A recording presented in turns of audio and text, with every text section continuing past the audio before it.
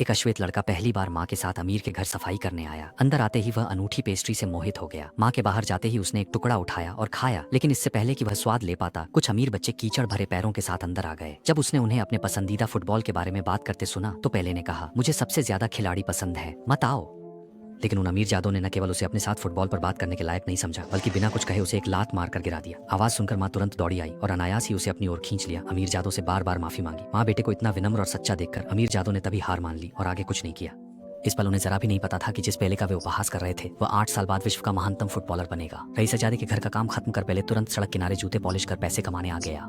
Brazil की झुग्गियों में जन्मा, गरीबी के कारण बचपन से ही जीवन का बोझ उठाया। खाली समय में उसका एकमात्र मनोरंजन फुटबॉल खेलना था। असली फुटबॉल के पैसे न होने पर वह दोस्तों संग मौजों की गेंद बनाकर कीचड़ भरी गलियों में जी भरकर खेलता था।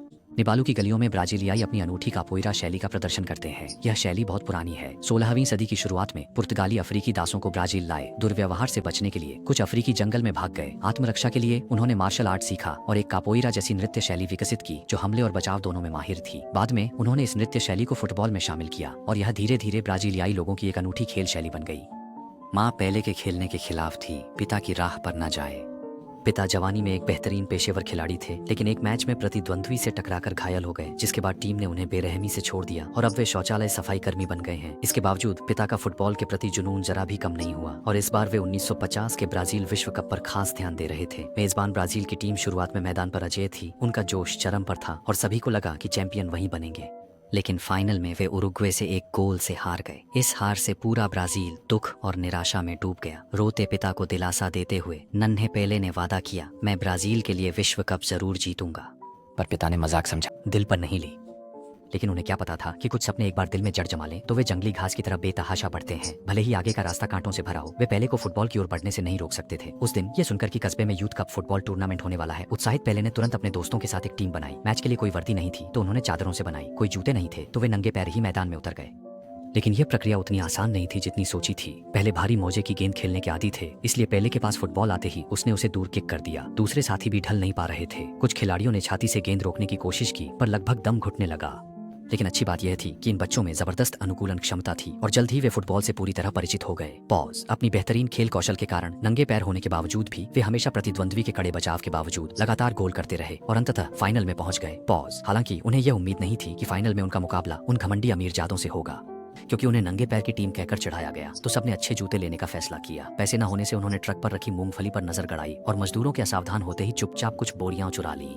लेकिन जब वे सड़क किनारे बेच रहे थे तो उनका सामना फिर से उन रईसजादों से हुआ। उन्होंने चश्मे वाले लड़के को चश्मीश कहकर मजाक उड़ाया और बेली की माँ को फर्श पहुंचने वाली नौकरानी कहकर गाली दी। बेली से यह सहन नहीं हुआ, उसने तुरंत उन्हें जवाब दिया और फिर दोनों पक्षों में मारपीट शुरू हो गई।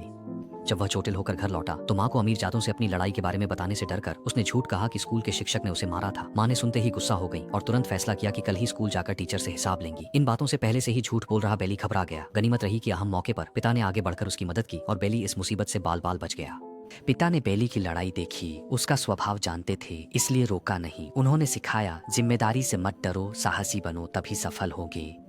पिता की सीख ने नासमझ पेले को बहुत लाभ पहुंचाया। अगली बार खेलने पर पेले और दोस्तों ने मूंगफली के पैसों से पुराने बड़े जूते खरीदे, पर वे उनके लिए बहुत बड़े थे। खेल शुरू होते ही सुसज्जित नियमित टीम ने उन्हें पूरी तरह से हरा दिया।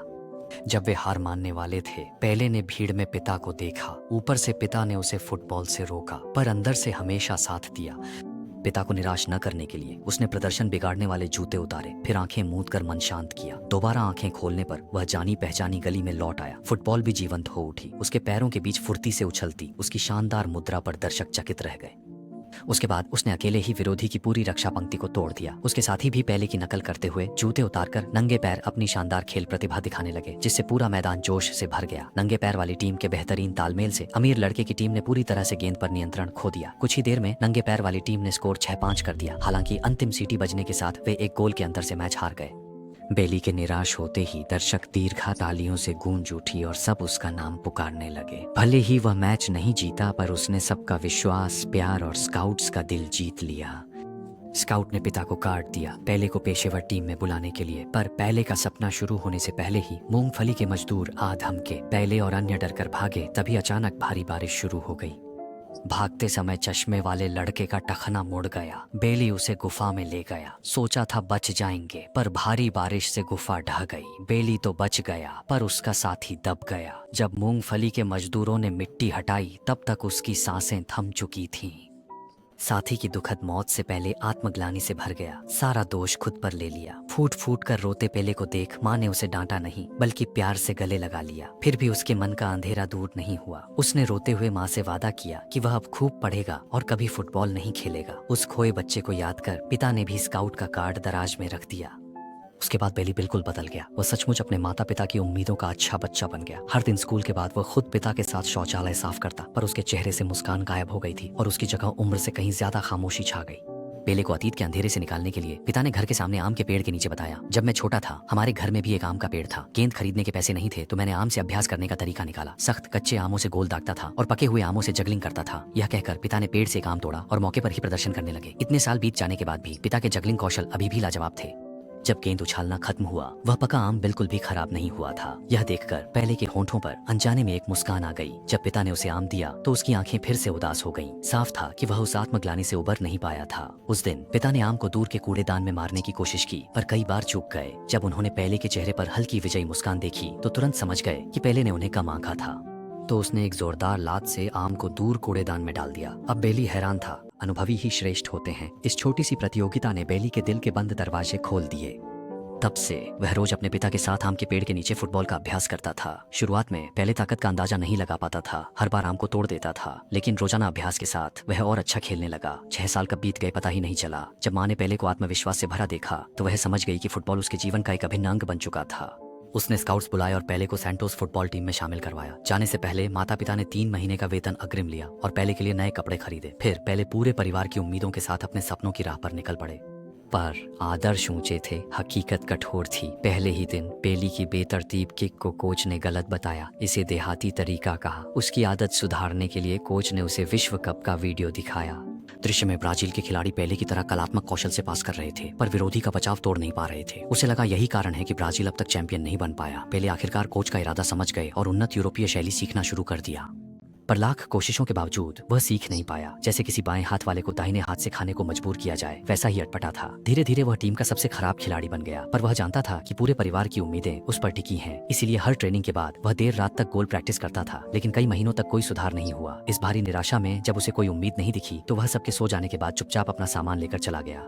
गनीमत रही कि समय पर आए स्काउट ने उसका पीछा किया। उसे समझ नहीं आया कि पहले इतनी जल्दी हार क्यों मान गया। तो पहले ने अपने दिल का दर्द बयां किया। यहाँ के कोच को मेरा खेलने का तरीका पसंद नहीं है और मैं उन्नत यूरोपीय शैली भी नहीं सीख सकता। अगर मैं अभी घर जाकर ठीक से पढ़ाई नहीं करता तो भविष्य में मुझे अपने पिता की तरह जीवन भर शौचालय साफ करने पड़ेंगे। उसे रोकने के लिए स्काउट ने उसे इन सब बातों के पीछे का कारण बताया।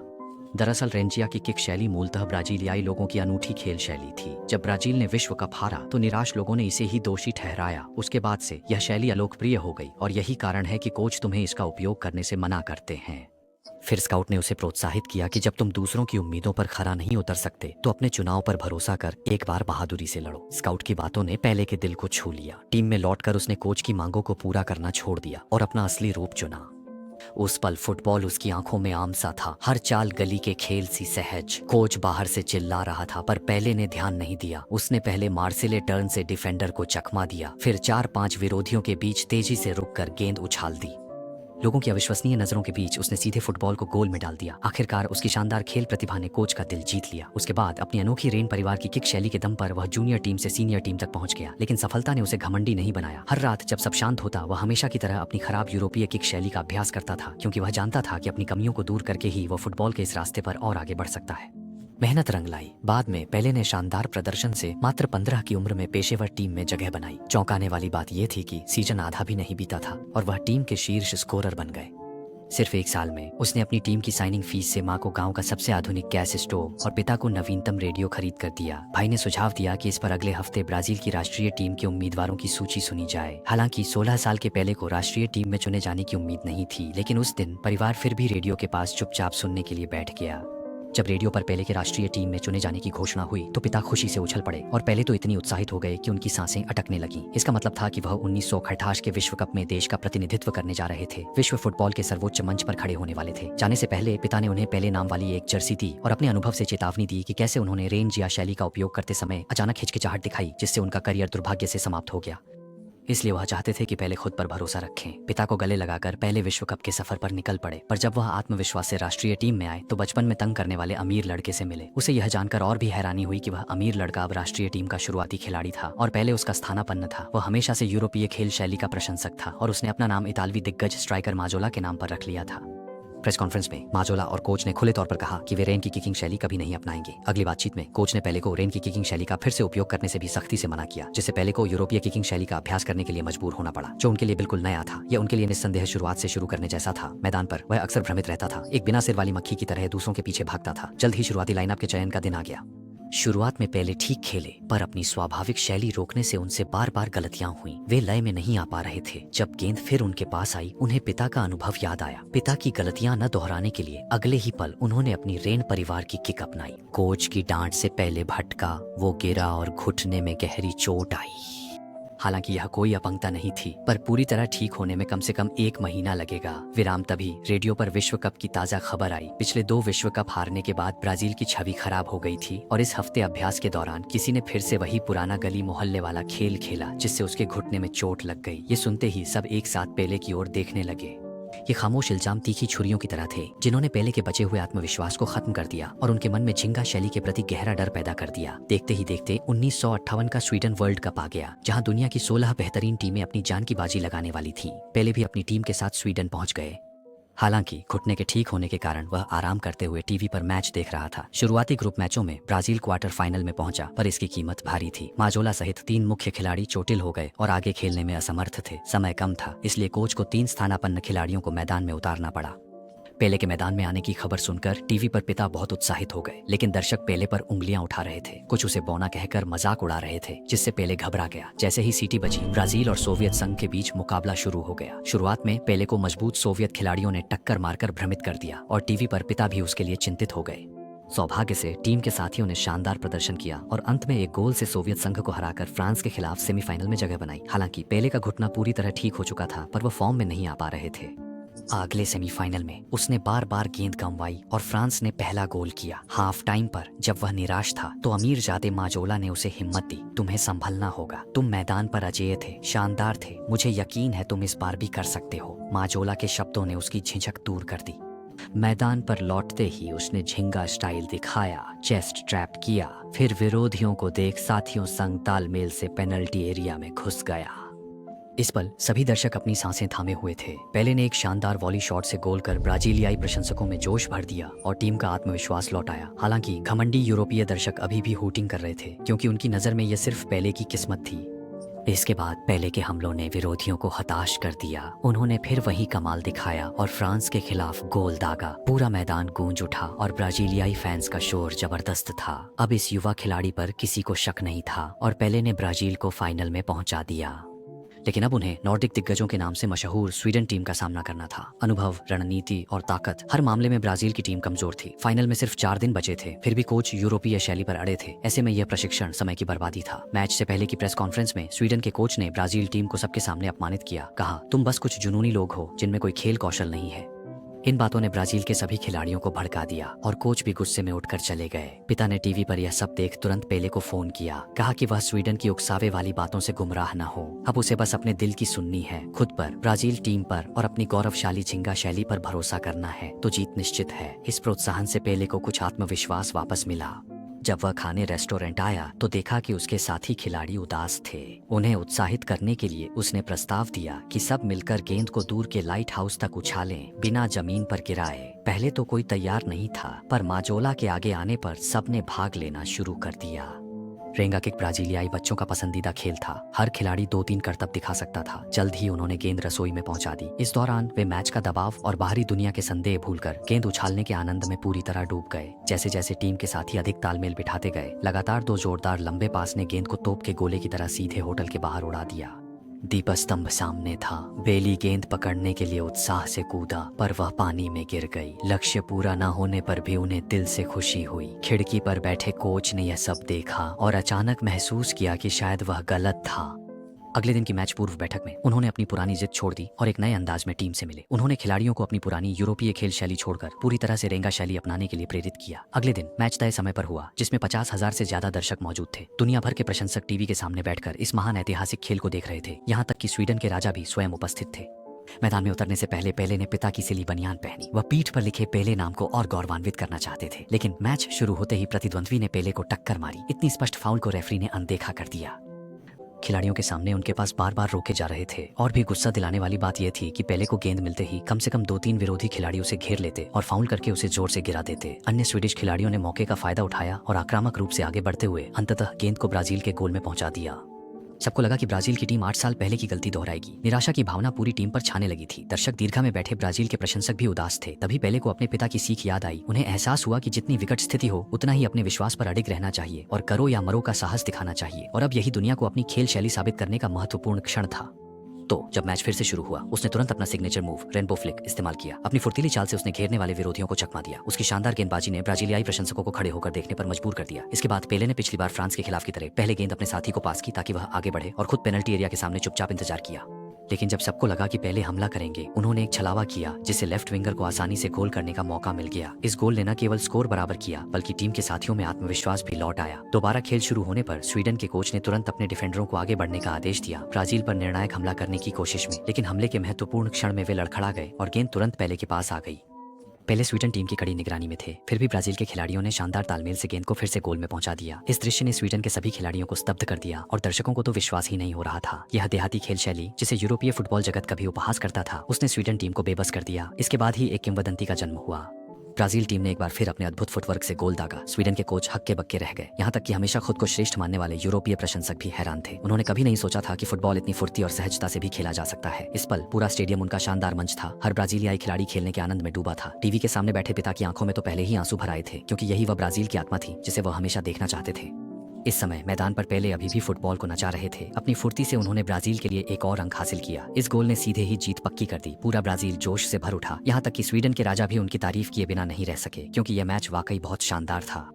इसके बाद ब्राजील टीम ने अपनी जीत का फायदा उठाते हुए एक बार फिर शानदार ढंग से चौथा गोल दागा। जब मैच में सिर्फ 1 मिनट बचा था, तब अत्यधिक तीव्रता वाले खेल के कारण पेले और नहीं टिक पाए और मैदान पर गिर पड़े। टीम के साथी तुरंत उनकी हालत देखने दौड़े और जब उन्होंने पुष्टि की कि वह ठीक है, तो उन्होंने तुरंत उन्हें ऊपर उठा लिया और जोर जोर से उनका नाम पुकारने लगे। दूसरी ओर पेले के माता पिता अपने ग्रहण घर में भीड़ के बीच खुशी से एक दूसरे को गले लगाकर रो रहे थे। इस क्षण से पेले का नाम विश्व फुटबॉल में गूंज उठा और वे सही मायने में नए फुटबॉल किंग बन गए।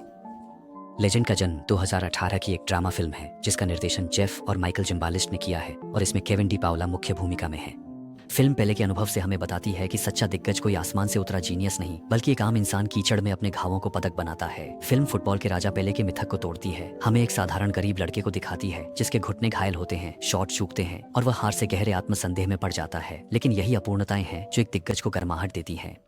निर्देशक गर्म ठंडे रंगों का उपयोग कर सकते हैं। सुनहरी झुग्गियां, शुद्ध खुशी, फीके यूरोपीय मैदान मुख्यधारा के अहंकार का प्रतीक हैं। पेले की वापसी कोई बदला लेने वाली कहानी नहीं थी, बल्कि यह अपने टूटे हुए अस्तित्व को फिर से जोड़ने की एक साधना थी। जब उन्होंने यूरोपीय मैदानों में अपनी उपहासित खेल शैली का प्रदर्शन किया, तो हमने किसी प्रतिभाशाली की जीत नहीं देखी, बल्कि एक युवा को सबसे अनाड़ी दृढ़ता के साथ सफलता को परिभाषित करने के अधिकार को खारिज करते देखा। लीजेंड का सार अपनी जड़ों के प्रति वफादार रहना है। ऊपरी तौर पर फिल्म खेल प्रेरणा देती है, पर असल में ये सांस्कृतिक पहचान का घोषणा पत्र है। ये सिर्फ फुटबॉल कौशल नहीं, बल्कि ब्राजीलियाई या श्वेतों का आध्यात्मिक प्रतीक है, एक विरासत जिसे औपनिवेशिक इतिहास में पिछड़ा माना गया। पेले का असली युद्ध यूरोप के मैदान नहीं, बल्कि अनुशासित होना या खुद का होना चुनने का था। जब गोरे कोच ने गली के करतब छोड़ने को कहा, वह झुका पर खुद को खो बैठा। असली ताकत दूसरों के नियम नहीं, अपनी अनूठी भाषा दिखाना है। पेले ने अपनी खेल शैली से विश्व कप जीता। वह सिर्फ खेल इतिहास का मोड़ नहीं था, बल्कि राष्ट्रीय सांस्कृतिक आत्मविश्वास का राज्याभिषेक भी था। वास्तविक जीवन में हम सभी स्वयं बनने का खेल खेल रहे हैं और हमने निश्चित रूप से अपने पेले क्षणों का अनुभव किया होगा। जब हमारे जुनून को गैर गंभीर कहकर नीचा दिखाया जाता है और हमारी विशेषताओं का अनुपयुक्त कहकर मजाक उड़ाया जाता है, तो दृढ़ता से स्वयं बनकर ही हम एक बेहतर जीवन जी सकते हैं। आज की फिल्म यहीं खत्म होती है। लाइक, कमेंट और शेयर करें।